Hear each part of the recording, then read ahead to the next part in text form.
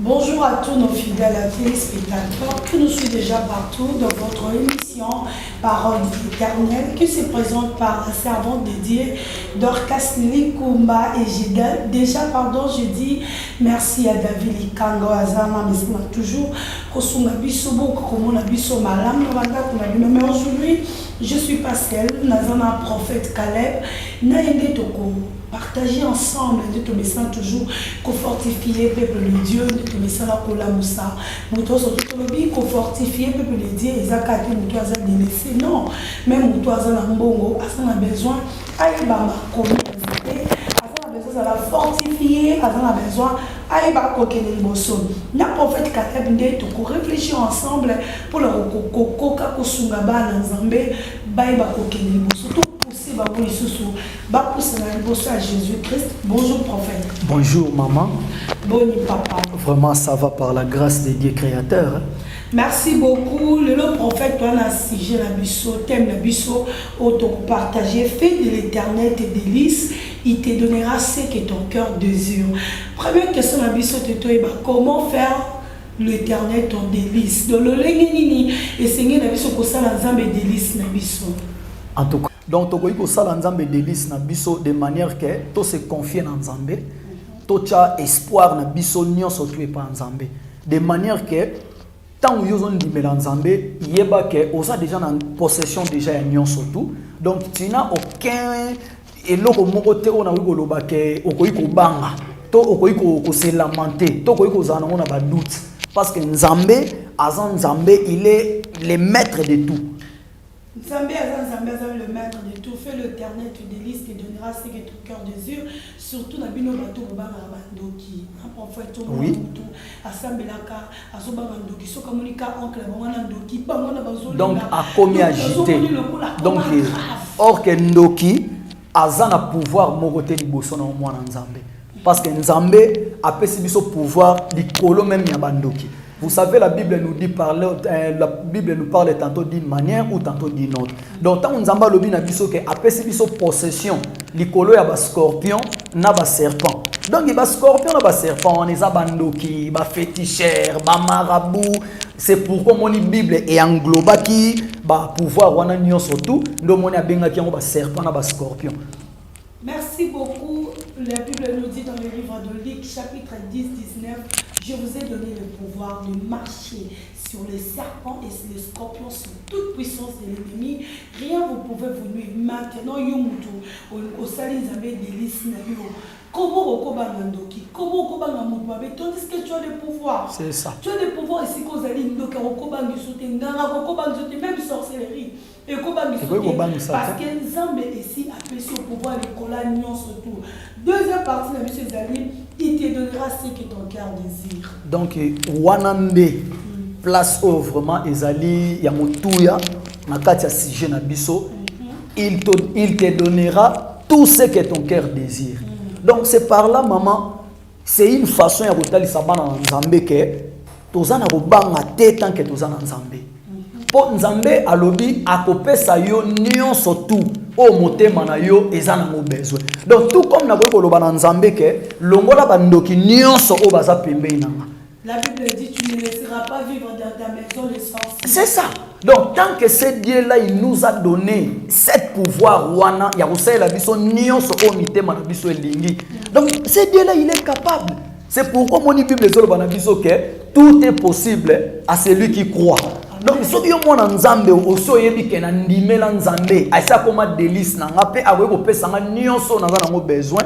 Donc, il y a moni et l'eau que vous avez Nzambe, aïma imato abanga bangate maman. Et là, comme vous avez au quotidien Nzambe, aïma imato abanga, parce que la Bible dit, demandez, on vous donnera, cherchez, vous trouverez, frappant, on vous verra. Maintenant, vous êtes à Paris, vous êtes aux États-Unis, vous êtes en France, vous êtes en Belgique, vous êtes à Kinshasa, vous êtes en Est, en Burundi, en Ouvira.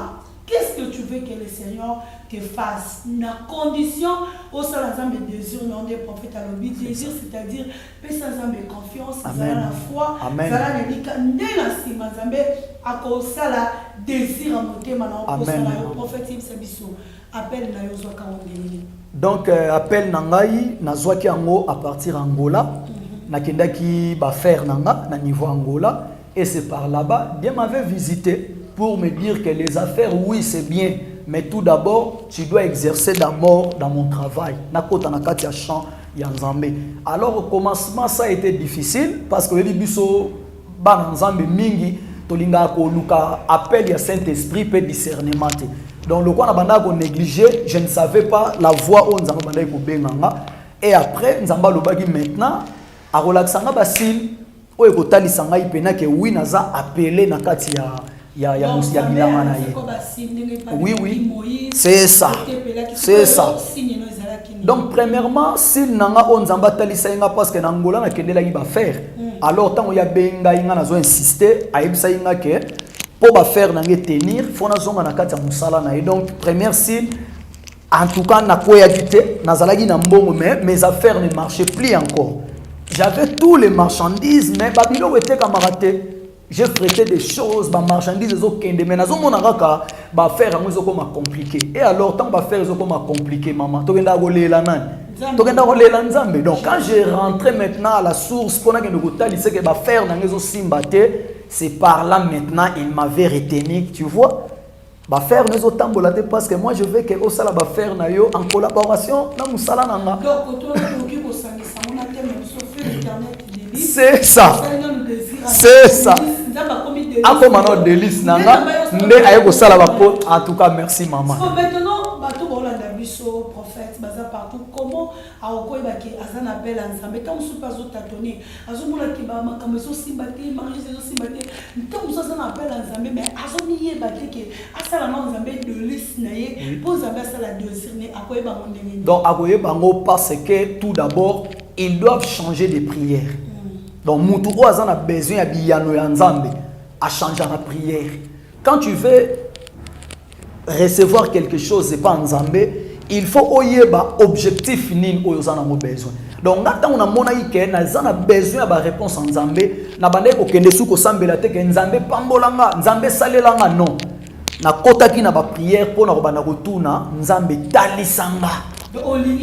Ah, c'est ça. Donc c'est les mêmes na ndeko oazo landa. So kazana besoin abanda ko yeba ba appel na yepa Nzambe. A changer ma prière. C'est ça. Donc, à quoi siko ko komi sans Nzambe ba besoin na yé, pe abanda ko tout na siko Nzambe, papa montre-moi qu'est-ce que je pouvais faire pour na yé ba ko atteindre objectif nanga na kati ya likambo o nga na zana ngo besoin. Pasteur, prophète pardon, et puis c'est ce interdit les anis. Est-ce que ceux qui Nzambe beni moto après ça qui est interdit pour marcher dans moto? Oui. O to benga ba principe. Donc net nga tant Nzamba benga kinga ba principe nanga Nzamba talisa nga premièrement le kuta o to benga mensonge Nzamba boyaki le kuta parce que lokwa liboso ezo kabola biso na Nzambe ezana le kuta. Donc moi na Nzambe nyonso o azo tambola déjà na le kuta. Donc ayeba déjà que e obanda remettre yé un peu à l'écart na Nzambe. Deuxièmement, Nzambe aboyela kinga ba doctrine oyo lelo monde chrétien to côté ici. Ba doctrine ya lokuta Nzamba boyela kinga ba appel de fonds ndenge to sala ke ba lelo offrande komi offrande du prophète tout ça en tout cas Nzamba boyela kinga en tout cas Nzamba boyela ngai ba pratique wana biloko wana en tout cas Dieu m'avait interdit ça. Alors Dieu il m'avait dit je vous ai donné gratuit et partagez ça aussi gratuitement. Donc pasteur vous voulez nous dire dans votre église on donne pas les offrandes. On donne les offrandes qui est recommandée. L'offrande de l'église, oyo nzamba lobaki na biso, offrande d'église, na dîme, na action de grâce. En plus, eza volontaire parce que lelo oyo na l'église nous c'est comme conditionnel. Mais or que biso ba offrande des ali, mais eza ra misa tuana, pe eza volontaire. Parce que tout le monde a un exemple maman, oyebi ke biso maman toza ba to landa exemple il y a Jésus-Christ. Alors Jésus tout le monde a un jour na synagogue, ba pesa ba millions. Mais il y avait une maman qui avait donné uniquement 2 pièces. Alléluia. Mais les 2 pièces-là a marqué Jésus. En plus, Jésus n'a pas arrêté là. Jésus a dit que c'est la maman qui avait donné le plus. Pourquoi? Parce que la maman a donné avec tout son cœur. Mais aujourd'hui, net ngane na vandi boy. Naza pa na msu o na yebi, azo pesa mbongo peut-être ngai na chaeka. na comprendre que après ça mbongo pour papa comprendre peut-être pour un jour na pe ça fonction mo na kati ya itonga ou bien na comme ça confiant moko boye pour to collaborer kana or que ce n'est pas ça na na ebine tonga nzambe to lukaka eloko moko sali nzamba lobi chercher premièrement le royaume des cieux et tout ce qui est resté je vous donnerai comme des bénéfices. Merci pasteur Tokom Nasuka, mot de la fin pour la thème de mission, numéro de téléphone, puisqu'il peuple de Dieu va commander. Vraiment, mot de la fin, na rolobaka na bana na Nzambe, mon peuple périt faute de manque de connaissance. Donc bana na Nzambe, tout ça là est fort, to bana kozong sa connaissance ya Nzambe bibliquement. Pe to bana ko respecter ba principe o Nzambe azo sengela biso. Parce que bana Nzambe le lot zo sambela zo respecter ba principe. Premièrement, Nzamba recommandé biso na église. Alobi, l'église c'est l'amour. Mais ma sœur aujourd'hui va dans des églises. Il n'y a pas l'amour. Hein? Naza prophète, nazo teya, mais na hormona interprète nanga. Azana chaussure à bien te, azana chemise à bien te. Mais ngai moko hormona naza chic, nazo tamwana mi tuka bien. Tout ça, nous devons revenir à la première alliance.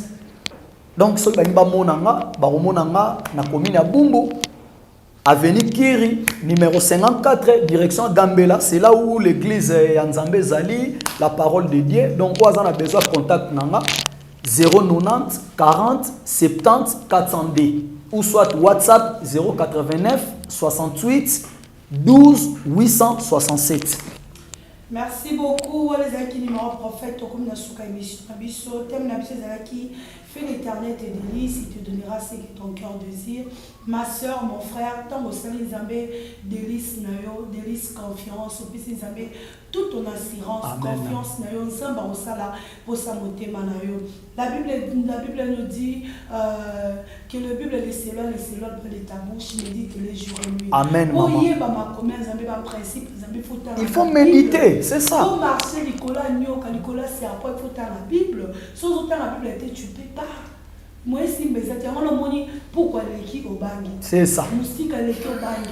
Donc, tu n'as pas de pouvoir parce que tu ne lis pas la parole de Dieu. Mais la prophète des Ambali, ah oui, ah oui. Abonnez-vous vraiment massivement de notre chaîne YouTube d'Orcas Likumba. On est là pour vous. J'ai dit merci à David Likanga. Merci beaucoup à toi, mon coach. Merci aussi à Prophète Peggy. Merci aussi à Prophète Boucher, mon père spirituel. Merci aussi à tout le monde. Moi, c'est le cerveau de Dieu d'Orcas Likumba. Ceux qui ont pas les lobby, on va encore partager la parole de Dieu. Merci.